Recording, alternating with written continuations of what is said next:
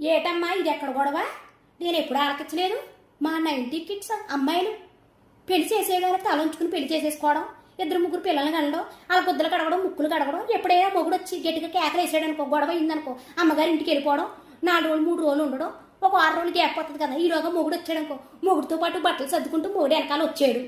ఒకవేళ ఏదైనా ఇంట్లో ఉన్నప్పుడు మళ్ళీ గొడవ అయిందనుకో, వెళ్ళి వంటగదిలో పడుకోవడం, లేకపోతే కింద సాప వేసుకుని పడుకోవడం, మాట్లాడడం మానేయడం, వంట చేయడం మానేయడం, ఏంటి గిన్నెలు దబా దబామని బాధం, ఏంటి ఇలాంటివి మాకు వచ్చి తప్ప, ఏంటి ఈ మొగుడిని లేపేయడాలు, కట్టుకోబోయేవాడిని లేపేయడాలు, ఏంటి పిల్లల్ని లేపేయడాలు, పెట్టుకోబోయేవాడిని లేపేయడాలు, ఈ లేపేసే కాన్సెప్ట్ మా దగ్గర లేదు అసలుకే. ఇప్పటికే కూడానే ఎన్ని గొడవలు జరిగినా కూడానే ఆయన తినకంటాం, మేము తినం. అర్థమవుతుందా? గొడవ అయిందంటే ఆయనే పస్తుండాలి, మేము పస్తుండాలి, అంతే తప్ప ఈ లేపేసుకోవడాలు కట్ట అసలు మా లెక్కల్లో లేవు, మా కాన్సెప్టే కాదు అవి.